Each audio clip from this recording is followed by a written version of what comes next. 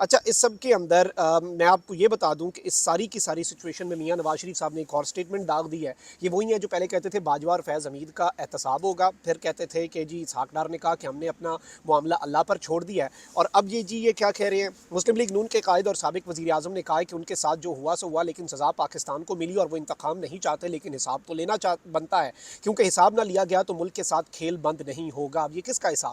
کے حساب کی بات کر رہے ہیں؟ یہ صرف اور صرف کیا سابق چیف جسٹسز کی بات ہو رہی ہے, جو سابق D G I S I اور سابق آرمی چیف کی بھی بات ہو رہی ہے, اور ایک فیض آباد دھرنے عمل درآمد کیس میں آپ کا حساب کا معاملہ تھا, آپ کا اپنا شاہد خاقان عباسی, چلے شاہد خاقان عباسی آپ کی نہیں سنتا, احسن اقبال صاحب بھی گئے ہیں اس میں پیش ہوئے ہیں, اور یہ کہہ رہے ہیں کہ ہمارے پاس کوئی ایسے ثبوت نہیں ہے کہ اس سب کے اندر جو آئی ایس آئی ہے وہ ملوث ہے. تو یہ سارے معاملات دیکھنے والے بنتے ہیں کہ کیا صورتحال بنے گی اس سب کے اندر. اور اس سب کے اندر میں آپ کو یہ بتا دوں کہ انہوں نے وہی ساری باتیں کہ جی ججز کی طرف سے سسیلین مافیا اور گاڈ فادر جیسے ریمارکس دیے گئے, کیا ججز کو ایسے ریمارکس زیب دیتے ہیں کہ کسی کو سسیلین مافیا کہیں؟ ہم نے لندن سے درخواست کی کہ ہم عدالت میں پیش ہونے آ رہے ہیں, ہم نے کہا ہمارے آنے پر سزا دی جائے, لیکن انہوں نے پہلے ہی سزا سنا دی, فیصلہ کیا کہ سزا سننے کے بعد پاکستان جائیں گے, عدالتوں کا سامنا کریں گے, اور وہی سارا کا سارا راگ جو ہے وہ الاپ رہے ہیں. لیکن اس میں جو باٹم لائن ہے, جو اہم ترین نقطہ ہے, ایک جانب تو انہوں نے یہ بات کیا میں نے تو جنرل باجوہ کے خلاف سازش نہیں کی, نہ ہی کبھی راحیل شریف کے خلاف کوئی سازش کی, ہم نے تو صرف کام کیا ہے, ہم نے تو موٹر وے سڑکیں بنائی ہیں, دفاع کو مضبوط کیا ہے, JF-17 تھنڈر معاہدے پر میرے دستخط ہیں, سی پیک میں لے کر آیا, اور یہ ساری چیزیں شاید اپنی پھر سے ایک دفعہ سی وی جو ہے وہ پکی کروا رہے ہیں, کیونکہ خاندان کے اندر بھی معاملہ ہے نا, نون لیگ کو حکومت مل سکتی ہے, نواز شریف چوتھی مرتبہ پرائم منسٹر بنتے ہیں یا نہیں, یہ ایک عام سوال ہے. اور کہہ رہے ہیں کہ جی میں نے لاہور جلسے میں کہا تھا انتقام نہیں لوں گا, لیکن انتقام کی بات نہیں ہے, انتقام کے علاوہ حساب کتاب بھی ہونا بہت ضروری ہے. اب یہ جو حساب کتاب کی بات کر رہے ہیں اس کی مجھے سمجھ نہیں آ رہی کہ یہ معاملہ کیا ہے اور کیا رخ اختیار کرتا ہے. سوری میں کافی سے لے لوں پھر آگے بڑھتے ہیں, کیونکہ ٹھنڈ کافی ہے اور یہ بھی آلموسٹ ٹھنڈی ہو چکی ہے,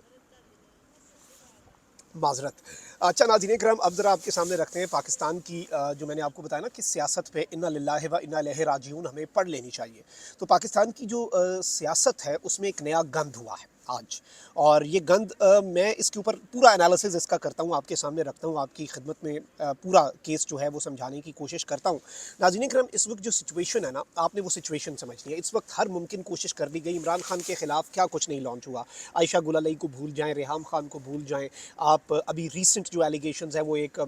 ہاجرہ خان پانیزئی ہے اس کی کتاب کو بھول جائیں, آپ خاور مانیکا صاحب جو ہیں ان کے ایلیگیشنز کو بھول جائیں, آپ پھر خاور مانیکا کی طرف سے جو درخواست جمع کروائی گئی تھی کہ یہ دونوں نے بدکاری کی ہے جی, اس کے اوپر اسے بھول جائیں. پھر خاور مانیکا اپنے خاندانی ملازم کو لے کے آیا کہ میں نے اپنی آنکھوں سے انہیں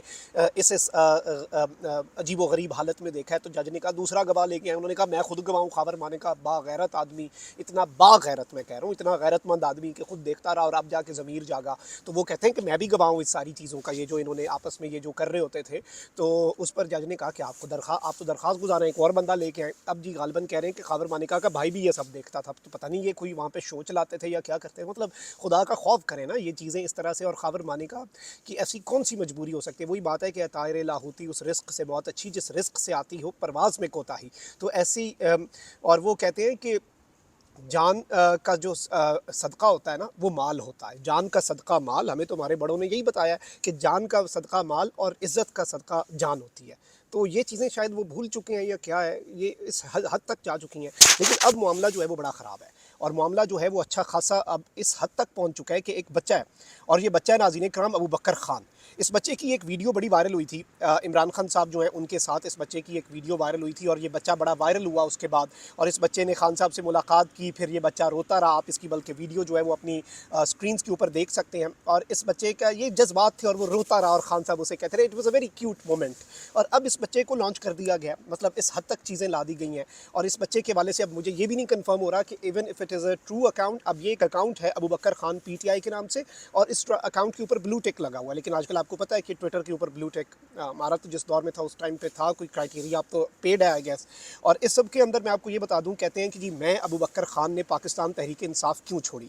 میرا تعلق لکی مروت کے ایک گاؤں سے ہے, عمران خان کا میں بچپن سے ہی سپورٹر تھا. میری عمران خان سے ملاقات کے بعد سے زندگی میری بالکل تبدیل ہو گئی. عمران خان سے ملنے کے بعد مجھے گاؤں میں پارٹی کی کارنر میٹنگ, ورکر کنونشن اور جلسوں پر بلایا جاتا تھا. وہاں جا کر میں نے وہ کچھ دیکھا جس سے میرا نظریہ بالکل تبدیل ہو گیا. ہم جنس پرستی, نشہ فروشی اور چند پیسوں کے عوض بچے سپلائی ہوتے ہوتے تھے. جو بچہ یا جوان لڑکا ان کو پیارا لگتا اس کو اٹھا کر لے جاتے, اسے نشہ کرواتے, اور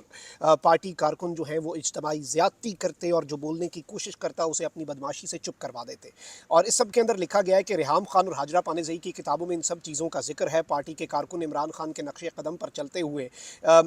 زنا ہم جنس پرستی کرتے ہیں, جیسے عمران خان, اور انہوں نے اور بھی جس میں عجیب و غریب کے عمران خان فلانے کے ساتھ, عمران خان فلانے کے ساتھ, میں بہت سے الفاظ کو یقین مانے بھی سینسر کر رہا ہوں جو اس میں لیے. میرے ساتھ بھی ورکرز کنونشن اور کارنر میٹنگز پر زیادتی کرنے کی کوشش کی گئی لیکن میں بچ گیا, اور یہ سب دیکھنے کے بعد میں نے پی ٹی آئی کو خیر بات کہہ دیا. اس میں ہمارے دوست ہیں تشام الحق, یو کے بیسڈ جرنلسٹ, انہوں نے لکھا کہ بچے سے صرف ٹویٹ نہیں پریس کانفرنس بھی کروائیں, لیکن ابھی تک یہ بھی نہیں کنفرم ہو رہا کہ یہ بچے کا اوریجنل اکاؤنٹ ہے بھی کہ نہیں, اور پتہ نہیں اس پر کیا پریشر ہوگا. بچہ شاید سامنے آ کے یہ بھی نہ بتا سکے کہ یہ اس کا اوریجنل اکاؤنٹ ہے کہ نہیں. لیکن یہاں پر جو نقطہ قابل غور ہے, جو بات سمجھنے والی ہے, جو چیز لوگوں کو بات سمجھ نہیں آ رہی, وہ یہ ہے کہ ان اینی کیس اگر یہ اوریجنل ہے, یہ فیک ہے, یہ اس نے خود ٹویٹ کیا ہے یا اس کے فیک اکاؤنٹ سے ٹویٹ کیا گیا ہے, what ever the pressure is, یہ سارے ایلیگیشنز, اور اگر مقامی سطح پر چلے مان لیا کچھ ہوا, اسے کنیکٹ کرنا ود عمران خان صاحب and whatever was written in the books of Hajra Khan and Reham Khan,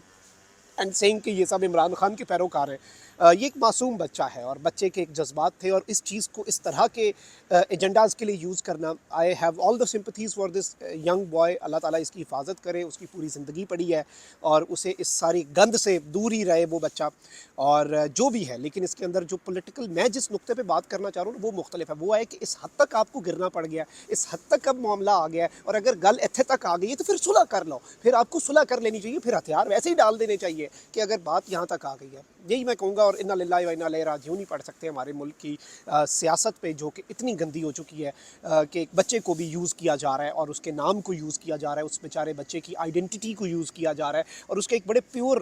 جو جذبات تھے عمران خان صاحب کے لیے انہیں بھی ایکسپلائٹ کیا جا رہا ہے. دس از بیانڈ مائی انڈرسٹینڈنگ, اور میں اس کے اوپر بڑا دکھی ہوں. اور میں ابھی بھی بہت سی چیزیں میں نے ابھی سینسر کر کے, اس کی جو ایک ٹویٹ وائرل ہو رہی ہے, اس کے نام سے ٹویٹ وائرل ہو رہی ہے, اس کی نہیں ہے یا ہے وہ تو بعد میں پتہ چلے گا. لیکن ان بوتھ کیسز مجھے بڑی دکھ اور تکلیف ہوئی, اور میں نے بہت زیادہ سینسر کر کے ابھی باتیں آپ کے سامنے رکھیں, کیونکہ وہ میں الفاظ ادا بھی نہیں کر سکتا اور نہ ہی مجھے کرنے چاہیے. تو یہ ایک نقطہ تھا جو آپ کی خدمت میں رکھنا ضروری تھا. اپنا بہت خیال رکھیں. اللہ نگہبان. پاکستان زندہ باد.